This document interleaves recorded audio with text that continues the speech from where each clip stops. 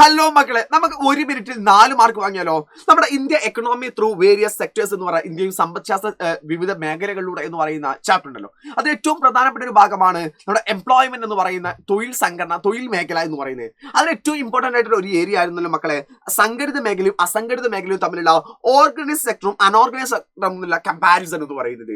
മക്കളെ, സംഘടിത മേഖലയാവുന്ന സമയത്ത് അവിടെ രജിസ്റ്റർ ചെയ്യപ്പെട്ട തൊഴിലാളികളായിരിക്കും, അഥവാ ദി ആർ രജിസ്റ്റേർഡ് എംപ്ലോയീസ് ആയിരിക്കും ഉണ്ടാവുക. നമ്മുടെ സ്കൂളുകളിലൊക്കെ ജോലി ചെയ്യുന്ന ആളുകൾ ടീച്ചേഴ്സിനെ ആലോചിക്കുക, അവരൊക്കെ സംഘടിത മേഖലയിലാണ്.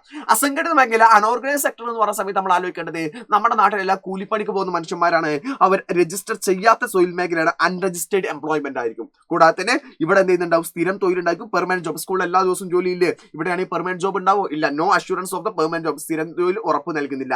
താരതമ്യേന കൂടിയ ശമ്പളം ഉണ്ടായിരിക്കും, കമ്പാരിറ്റീവ്ലി ഹൈ സാലറി ഉണ്ടാവും. ഇവിടെ താരതമ്യേന കുറഞ്ഞ ശമ്പളം, കമ്പാരിറ്റീവ്ലി ലോ സാലറി ആണ്. ഇവിടെ തൊഴിൽ സുരക്ഷിതത്വം ഉണ്ട്, ജോബ് സെക്യൂരിറ്റി ഉണ്ടായിരിക്കും. ഇവിടെ എന്താണ്? തൊഴിൽ സുരക്ഷിതത്വം ഇല്ലായിരിക്കും, ലാക്ക് ഓഫ് ജോബ് സെക്യൂരിറ്റി ആയിരിക്കും ഉണ്ടായിരിക്കുക. സോ ഈ ഒരു കമ്പാരിസൺ നിർബന്ധമായിട്ട് പഠിച്ചിട്ട് പോയിക്കോ. പരീക്ഷയ്ക്ക് ചോദ്യം ചോദിക്കാൻ ഏറ്റവും കൂടുതൽ സാധ്യതയുള്ള ഒരു ചോദ്യമാണിത്.